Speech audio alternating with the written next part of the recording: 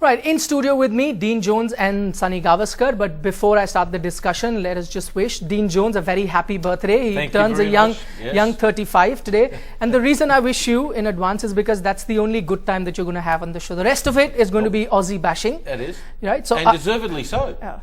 So let me start with you, since you're the birthday boy. Australians are known to take tough decisions. 4-0 just happens once before. I think it's been a long time that you lost 4-0. So what are the repercussions that you'll have back home? Well, it's been back in 1969-70 when it happened against South Africa, and we knew the captain got slaughtered.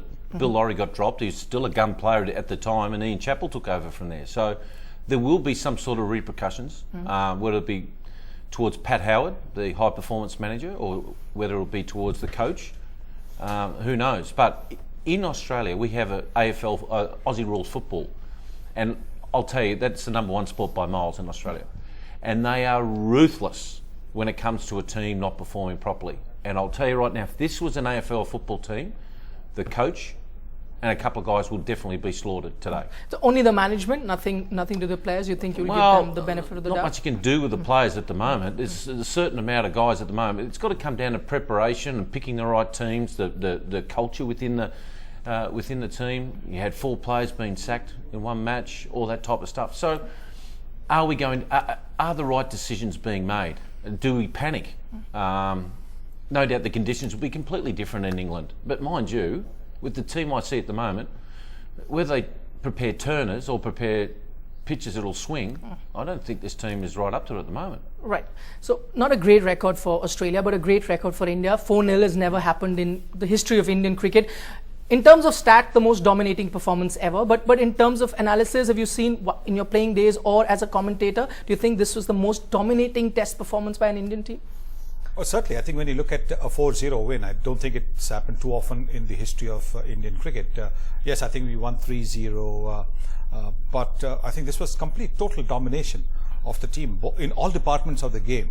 Now, generally what happens is when you beat the opposition, there are some outstanding performers in the opposition, but the rest of the team has not put their hands up. That kind of thing can happen. So I think it was very, very, it's very, very important to understand that this Indian team's performance was a team effort.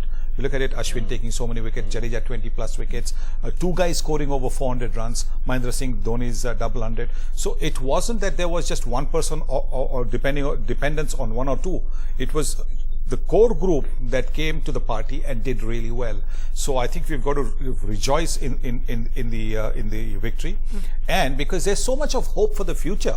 Because the guys who did well, the guys who virtually won the games for India are all youngsters, or all in their 20s, with at least 8-10 years, if they're injury free, at least 8-10 years of cricket ahead of them. That was my next question. You mentioned a team performance and a lot of youngsters doing very well. Do you think these youngster or this core group is ready to take on the tough world of Test cricket? I think they are. Whether they'll be able to get have the same kind of impact as they've had in India, remains to be seen.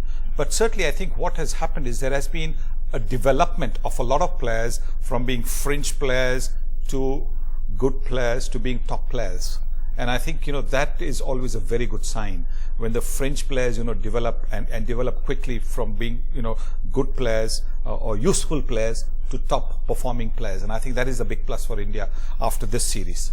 Right. The doubters will say that a lot had to do with the kind of pitches that were prepared here. Are you one of those who would credit the pitches here? And they knew exactly what they were going to get for this series, And that's the sad thing about it. I don't think they prepared properly for it at all. Some of the guys didn't practice on turning pitches at home and all that. So, you reap what you sow a little.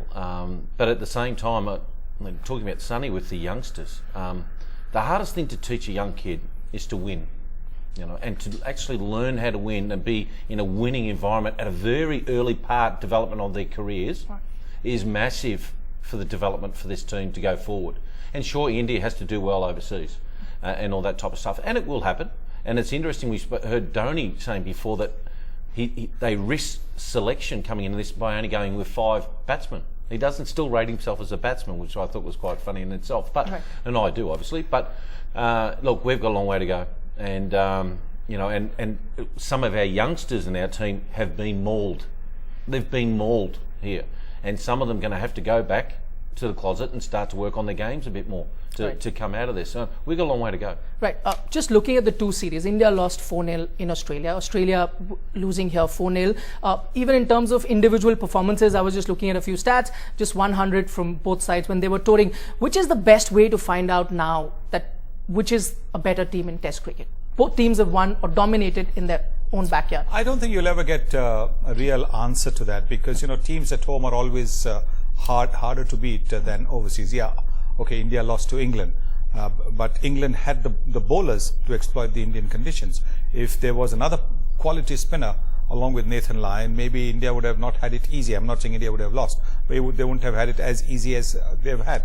So I think we've got to take that into account, and I would think that because teams that win overseas are the ones that are rated, I think India has to now prepare from right now, because they know that there is a tour to South Africa. South Africa, the #1 team in the world. They've got to prepare from right now for that tour in December.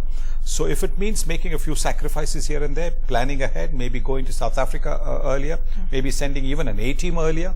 I think, okay, A-team it clashes with because the seasons are the same, it might clash with and might not be fair on some of the Ranji Trophy teams. Right. But I think if you prepare from now, India has a very good chance of doing well over there as well, because, they have the quality. And the quality now just needs a little opportunity to bloom. They're starting to bloom. And I think if they get the sunshine, they'll bloom even more. Right. A one-word answer from the two of you. I'll start with you, Sunny Bhai. Who do you think is the #1 Test team in the world? Oh, South Africa. That's 2 words. South Africa. That's 2 words. South Africa. Okay. 2 words, fine. South Africa for both of you, considering they've done well at home and abroad. Going to talk 24th of March today, your birthday. Exactly a month later, it's going to be Sachin Tendulkar's 40th birthday. Most Indian fans would like to see him play on and on. But do you think that probably was the last time that Indian fans saw Sachin play a home Test match, considering the next Test match is 15 months away? Well, I've heard little rumours that the Indian board might actually play a 2 Test series before the South African series. Now that might happen come into it, but you know what? It's just a number. Graham Gooch, didn't he make a 300 and 100 at the age of 40? And you could see Jack Hobbs 196 first class hundreds. He made 100 of those first class 100 after the age of 40. So it's just a number. He still looks fit. He's still doing the thing. He mightn't push the numbers that we've seen in the past, but nice little 50s and 60s and 30s, and that nice little lady at the start in Madras, Chennai, it can still do. And we also don't understand what he does for the boys in the team. You can't measure that. A young kid sitting next to Sachin Tendulkar, working with him in the nets, that just makes these kids grow. It's massive. Right. Final question, talking about the debutant today, Ajinkya Rahane. Didn't have a great outing, but should we judge him just on these 2 performances? No, never. I think you can't judge anybody, whether it's a bowler or a batsman, by just one what's the best way to deal with him now? Well, I think best way is to give him a few more opportunities. I think whether the opportunities are going to be in a home series, like Dino is saying, or overseas, I think you've got to go and see how we develop. Sometimes youngsters, flower overseas when there is not that much pressure of expectations. The pressure of expectations at home are greater. So maybe overseas, in another environment, he might actually, flower. So I think we've just got to be a little bit patient with him. He's shown that he's got the qualities of being a good player. You've shown faith in him by taking him on 2 or 3 overseas tours. So now suddenly you can't just up and say to him, that's it. Because what did you do that with Virat Kohli? You didn't do that with Virat Kohli. You showed patience with him because you believed in Virat Kohli. And Virat Kohli took a number of tests before he actually started to realize the potential he had. He still has to realize that, he is getting 30s, 40s, but he's got to get the 100s.